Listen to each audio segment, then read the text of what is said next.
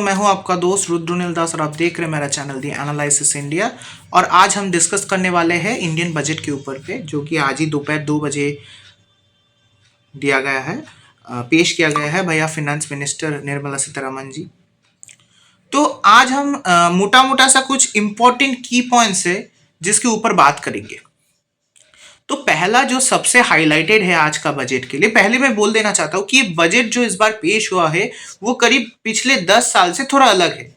पिछले 10 साल में बजट पेश किया गया था, लेकिन उसमें जो मध्य वर्ग के लोग हैं उनके लिए ज्यादा बेनिफिट नहीं रहता था। लेकिन इस बार का जो बजट है ये मेनली फोकस किया गया है मध्य वर्ग लोगों के लिए, किसानों के लिए और महिलाओं के लिए जो काम करना चाह रहे हैं। तो पहले जो सबसे इंपॉर्टेंट है वो है जो टैक्स का स्लैब था वो चेंज किया गया है। जो 7 लाख तक था पहले, उसको 12 लाख किया गया है। मतलब अभी जो लोगों का इनकम 12 लाख तक है उन लोगों को टैक्स नहीं देना पड़ेगा। सरकार उनसे टैक्स नहीं लेगा, लेकिन उनका रिटर्न फाइल होगा। अकॉर्डिंग टू द जो टैक्स स्लैब दिया गया है उसके से रिटर्न फाइल जरूर होगा, लेकिन उनके लिए उनको कोई टैक्स नहीं देना पड़ेगा।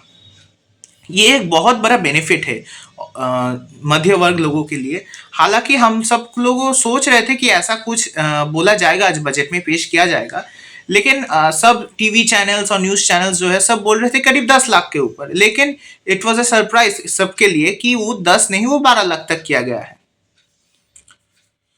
और कुछ इंपॉर्टेंट की टेकअवेज है जो कि किसान का जो लोन क्रेडिट था जो कि 3 लाख रुपए तक था उसको बढ़ा के 5 लाख रुपए कर दिया गया है। और जो इंडियन के जो स्टार्टअप्स थे जिनका 2020 में जो बजट में पेश हुआ उनको जो 10 करोड़ वाला जो फैसिलिटी दिया गया, बोला गया था, जो एक बड़ा वेलफेयर स्कीम था सरकार का, वो 10 करोड़ का जो है उसको आज बढ़ा के 20 करोड़ कर दिया गया है। इसके बिना और एक इम्पोर्टेंट है मेडिकल ग्राउंड से जो मेडिकल का सीट्स है, मतलब जो 50,000 था, गवर्नमेंट सरकार का 50,000 सीट था, उसको 10,000 सीट और बढ़ाने की आदेश दिया गया है थ्रू द बजट। ये एक बहुत बड़ा अचीवमेंट है क्योंकि 10,000 नए डॉक्टर्स, हमारे देश को डॉक्टर्स बहुत ज्यादा चाहिए, इसलिए डॉक्टर्स के सीट को जो बढ़ाया गया है वो बहुत इंपॉर्टेंट है।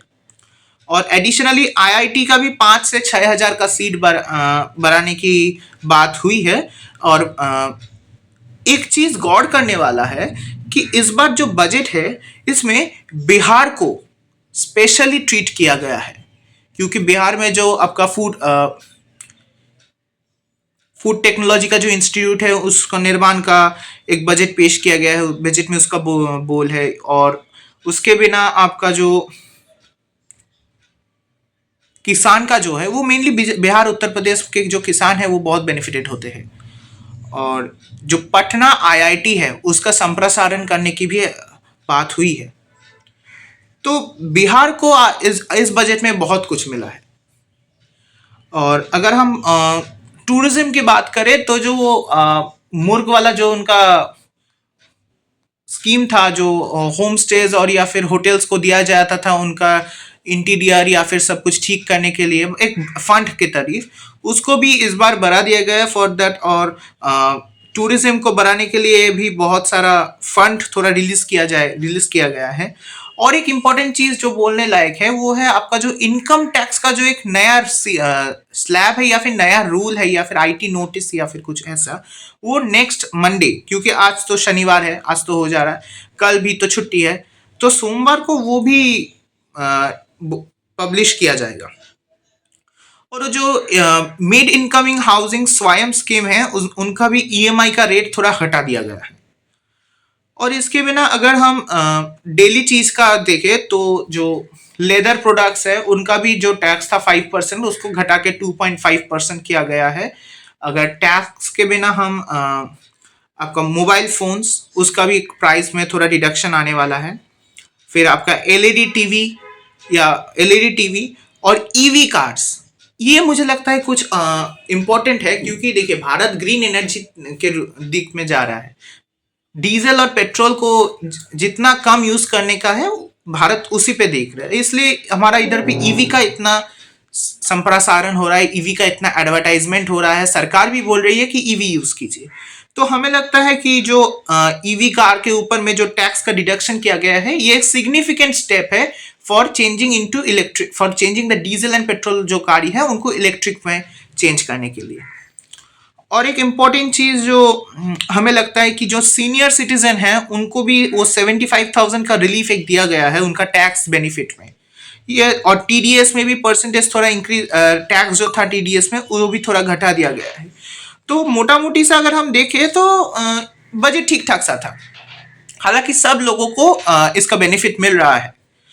और एक और इम्पोर्टेंट, ये जो उड़ान वाली जो स्कीम था सरकार का, एक नया स्कीम शुरू हुआ था उड़ान नाम के, जो कि वो फ्लाइट ऑपरेशंस फ्रॉम एक एयरपोर्ट से और एक एयरपोर्ट तक वो 1.5 करोड़ मिडिल क्लास पीपल को, एज वी नो हम सबको पता है कि फ्लाइट का फेयर बहुत ज़्यादा है, तो ये उड़ान स्कीम के अंदर में सरकार ट्रैवल स्पीडियर ट्रैवल प्रोवाइड कर रहे थे, लेकिन जो प्राइस था उनसे थोड़ा कम। तो उसमें भी 120 नया डेस्टिनेशन जोड़ने की बात कही गई है, जो कि हमें लगता है कि ये एक बड़ा सिग्निफिकेंट स्टेप है for the travel in transport industry. अगर हम देखें, और हाँ, एफडीआई का जो इंश्योरेंस है वो पहले 75% था, ये बढ़ा के उसको 100% कर दिया, जो कि ग्लोबल इंश्योरेंस जायंट या फिर ग्लोबल इंश्योरेंस कंपनी को ये हमारे मैंने इन्वेस्ट करने के लिए और मौका देंगे। अगर हम और देखें तो और एक इम्पोर्टेंट चीज जो इधर से आ रहा है वो न्यूक्लियर एनर्जी मिशन, जो हमारा जो न्यूक्लियर एनर्जी है उसका जो एक गोल सेटअप किया है 100 गीगावाट का, और बाय 2047 के अंदर में एनर्जी एक्ट और civil liability nuclear damage act के अंदर से इसे इस गोल में रीच करने के लिए एक फंड करीब 20,000 करोड़ बोला गया है। तो इस बार जो बजट है हमें तो लगता है ठीक ठाक सही था, और ये थोड़ा ठीक करने वाला भी था, क्योंकि जो पिछली जो इलेक्शन हुआ है सेंट्रल के इलेक्शन, उसमें जो मोदी जी को जो सीट कम मिले हैं वो, और मोदी जी को ये भी समझ आ गया है कि वो जो मिडिल क्लास का जो वोट है ना उसमें कमती हुई है, उनमें वो वोट कांग्रेस में या फिर अदर जो पार्टी थे उनमें ट्रांसफर हो गया था। लेकिन अब मोदी जी ट्राई कर रहे हैं कि एज सुन एज पॉसिबल ये वोट को बीजेपी में वापस ले सके, जैसे 2014 में उनका जो वोट प्रतिशत था वो मेनली मिडिल क्लास पीपल का था, जो नॉर्मल जो नॉर्मल सैलरीड पीपल है डेली, या फिर लोअर मिडिल क्लास का भी जो वोट है वो कट गया था। लेकिन अब सेंट्रल का जो सरकार ये ट्राई कर रहे हैं कि वो वोट को फिर से बैक लेने के लिए, इसलिए उन लोगों के ऊपर थोड़ा ध्यान ज़्यादा है, मुझे लगता है। ये टोटली मेरा खुद का इंसाइट है, मैंने जो स्टडी किया उसके बाद मुझे ये लगता है। तो यही है सब इम्पोर्टेंट जो इंसाइट्स है। एजुकेशन सेक्टर में भी वो जो निर्मला मैडम ने किया है 20,000 करोड़ का एक एलोकेशन किया है फॉर प्राइवेट सेक्टर रिसर्च, और अनुसंधान नेशनल रिसर्च फाउंडेशन नाम के एक बॉडी सेटअप किया है जो कि इसके ऊपर ध्यान रखेगा। और हाँ, और एक चीज है वो है इन आईआईटी का जो एक फंड दिया गया है तो आईआईटीओ को to get a better infrastructure push. और कैंसर का जो मेडिसिन है, मतलब जो कैंसर या फिर कैंसर का जो मेडिसिन है उनके ऊपर जो टैक्स पहले लिया जाता था वो टैक्स भी हमें लगता है घटा दिया गया है, बहुत कम कर दिया गया है। ये हमें लगता है सिग्निफिकेंट स्टेप है कि टैक्स जो घटा दिया गया है, और जो जीवनदायक मेडिसिन है जिसके वेरी इंपॉर्टेंट मेडिसिन है उसमें भी टैक्स थोड़ा कमा दिया गया है जितना हम देख रहे हैं।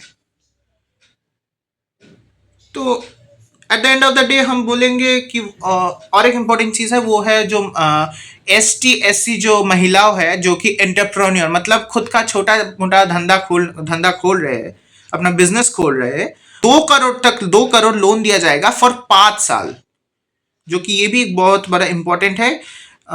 जो कि ये स्कीम है from the stand up India scheme जो April 5, 2016 में हुआ था।